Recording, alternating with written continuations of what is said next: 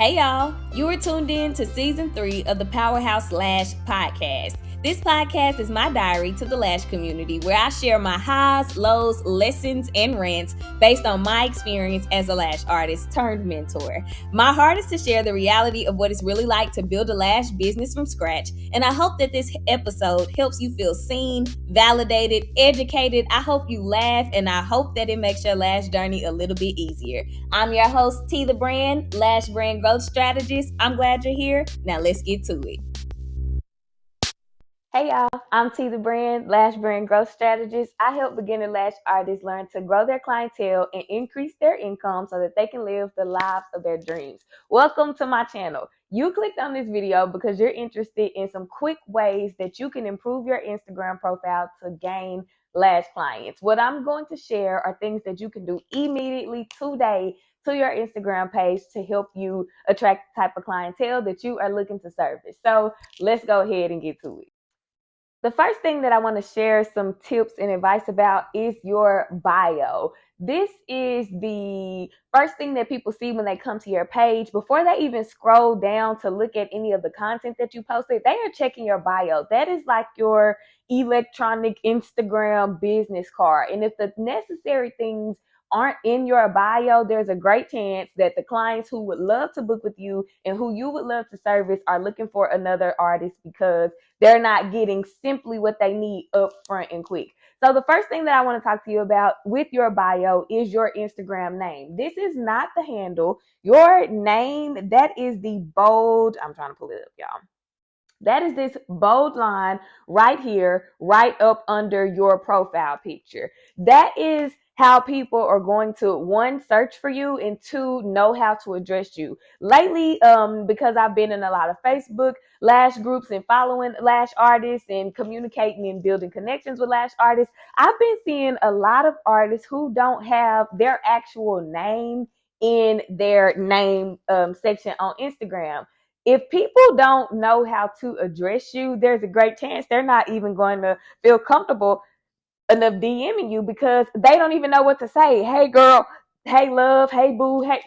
They want to be able to connect with you. They need to be able to connect with you. You need to be relatable so that they can see and understand that you're, a person and feel like they can connect to you. Before people will book with you for your services, they have to feel like they can trust you. That's another point for this video, but I'm going to stick to the name on the bio. So when you create your name, you want to put your actual name so that people know what to call you, how to address you, and just have a name with a face. And then you also want to put what it is that you do, because when people are searching for lash artists on Instagram, they're not searching for your handle, which is the name of your page. This is what this is right here up top. That's your handle and this is your name. They're not searching Powerhouse Lashes by TTB when they're looking for a lash artist. They are putting in that search engine lash artist, Dallas lash artist. And if that is not in there, they are not finding you because you're not popping up.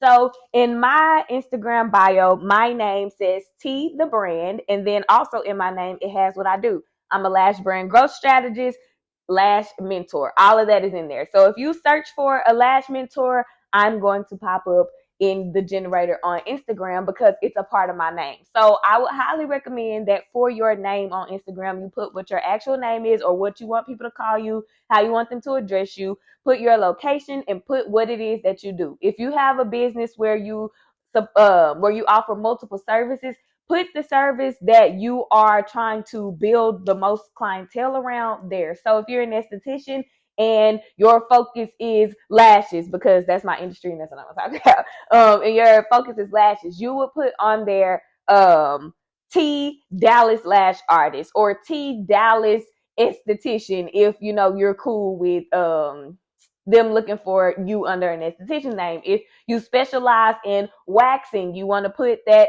in your name, Dallas waxing, Dallas whatever. Make sure your area is in there because usually people are searching for that as well. And again, that goes in your name. And you can find this if you hit edit profile on your Instagram page. Let me try to get it up. If you hit edit profile, it's the first line right there in the in that section. And then you have right up under it is where you will put your handle, which is your actual @ name or Instagram name. The next thing that you want to make sure that you have in your bio is information that is valuable and useful to your consumers or your potential clients in your bio.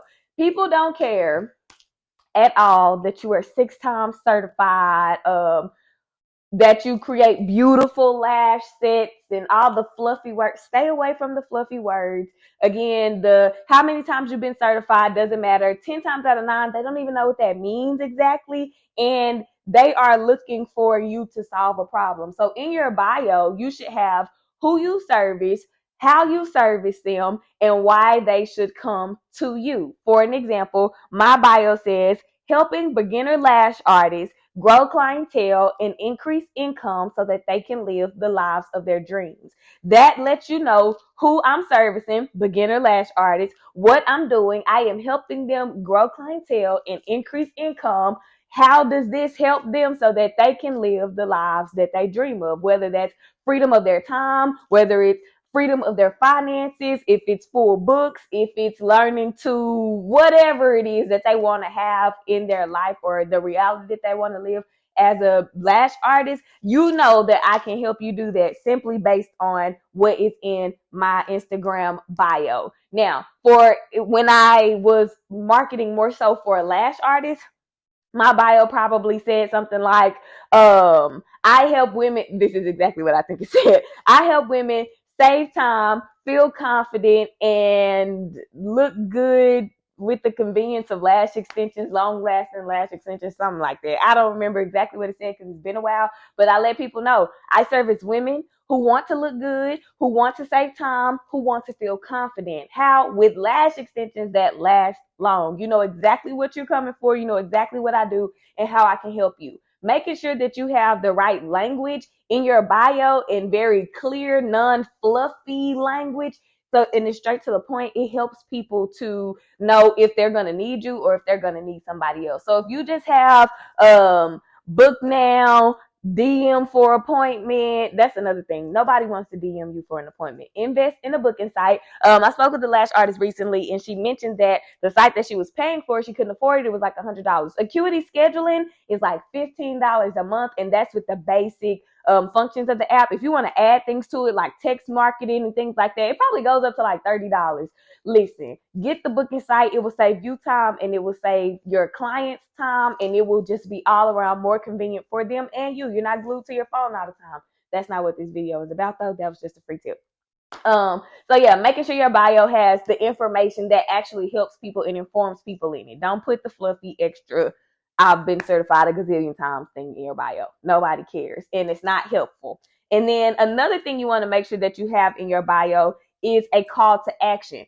So after I did my little spiel on who I help, how I help them, what I do, I put see how I did it with the link below. That is letting you know if you want more information, you need to click down below. I am telling you what to do. A lot of times people don't click our links because we aren't giving them a directive to. We're just assuming that they're going to do it because we feel like what we said was enough. No, you have to give people directives. And on Instagram, you may see, or on social media, you may see it as a CTA. All that means is call to action, and that is you giving somebody a directive telling them what to do.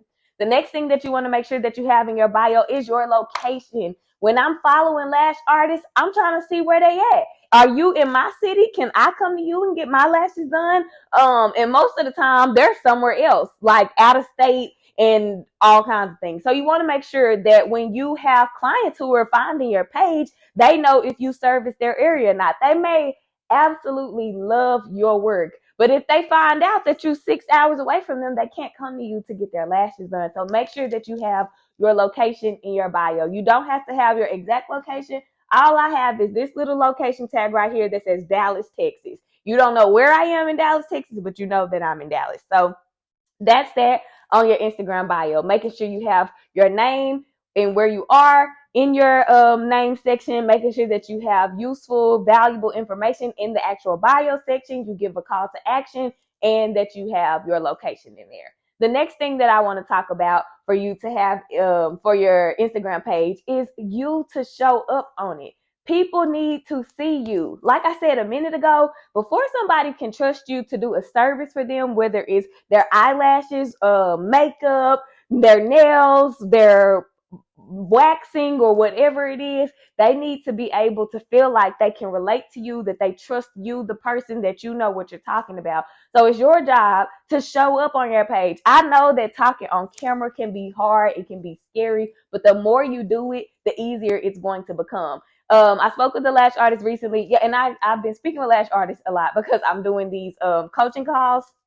And so one of the questions that she asked me, and I absolutely loved this, I loved answering this question, was how can she become more confident? And my advice to her was to show up for herself for the things that she says that she wants to do. If you say you want to get up earlier and stretch in the mornings and have breakfast before you start your day, start committing to that. That is how you build confidence, because you start to trust yourself. If you say you're going to do it and then you do it, and you keep doing it, then your brain reprograms itself. And it's like, okay, I believe in me. I can trust me to do the things that I'm going to say. So then you can grow more confident that way. Confidence is a muscle, and the more you exercise it, the stronger it'll become. Also, like a muscle, confidence can be a little uncomfortable because it's almost like fake it till you make it. But we all know faking it don't help you make it. So just build the skill, build the confidence, build the muscle that you need to do the things that you need to do. The first time I went live on Instagram, I was super scared, super nervous. I remember the date and everything. It was August 8th, 2021. I was super nervous that nobody was going to show up. I had about 7 to 9 people on their live, and it made me feel good. Even if nobody was on their live, I was still going to talk, and I was still going to save it to my profile because I was trying to build confidence. I was trying to get used to showing up on my page. People need to hear how you talk. People need to see your mannerisms and how your body language is. Is that something that they can connect with and grasp? They need to hear the cadence in your voice. They need to see your personality. They need to know what you look like and who they're coming to. So it is very important that you start showing up on your Instagram profile. That one of the easiest ways to kind of start getting into this is your stories. Use your story. Get on there, post a poll. One of the polls that I love to do is in the morning times. I'll post a quick little boomerang of me showing whatever I may have on for today, or showing me at my lash table. And I'll put good morning, good people, or hey y'all, hey, or something like that. And in the poll, I'll put different things like good morning, happy Tuesday, whatever, and people have the options to select whatever they want to select. That helps you with engagement, but it also helps people to see who you are, what you're thinking about when you're posting. So doing polls, doing quizzes, those kind of things do help you feel more confident on Instagram in your stories. You can talk about your day in your stories. You can update about different sets, showing your work in your stories. But either way, you need to be showing up on your page. Post pictures of you and share something about yourself. And don't make this like a personal profile, so where it's just tons of pictures of you, because remember that you are trying to get people to book with you for your service. But again, like I said, people do need to see you. They do need to get to know you. When you're making your reels, get on camera for a reel. You don't even have to necessarily talk, but you can show yourself. One thing that really, really helped me when I began marketing myself and my services correctly was educational marketing. And one of the ways that I was able to really get clients in through my educational marketing was using voiceovers. They never, well, not never, but in these voiceover videos, my face wasn't in it. I was probably working on some lashes or something, but they could hear me talk. And as clear as I was able to break things down and help them understand the process of lashing and what's happening during their service when their eyes are closed, they appreciated that. They saw that I knew what I was talking about, and it was like, okay, I want to book with her. And they started booking with me. So use educational marketing to your advantage, as well as letting people see who you are so that they can learn the tone and voice of your brand. So that's my second little tip on your Instagram bio, and then, or growing your Instagram, growing your clientele through Instagram. And then my last tip that you can apply immediately today for Instagram is making sure that you have either a business or a creator's profile. If you are using a regular personal account, you are missing out on so many features that Instagram has for business owners to help you grow your Instagram and to help you know things like what time are people looking at your post the most? What time are people engaging with your post the most? That'll help you know, okay, I should post around this time if you have a struggle with knowing when to post. it will show you what kind of posts people are interacting with of yours the most. So if you're like, I don't know what to post about today, you can look at your analytics on your business or creator profile and you can see, okay, people like when I talk about X, Y, and Z. So let me create more content about X, Y, and Z. That Instagram analytics thing is the truth. You can see that you're reaching your target audience or not with their content. You can see how many followers you're losing or gaining, which ain't really important. Followers and likes are the least of my worries because that does not mean that you are getting booked. I could have all 6,000 plus of my followers like a post, but if nobody books a service from that post, if nobody joins a mentorship program or reaches out for help from that post, what was it other than something that people like? So get likes and get followers off of your priority list. Yes, you do need followers because you do need people to see your posts, but people can still book with you and not follow you. I mean, usually that's not how it works, but it's the reality of the thing. Like, you just need to make sure that you're putting out valuable content that people can engage with and appreciate. So make sure that you have a creator or a business profile. And I'll show you how to do that also real quick. So what you would do, I believe you click these three little lines up here in the corner, and then you would go to where it says settings and privacy. And when you scroll down, where I'm scrolling to, it's somewhere in here, y'all. Hold on.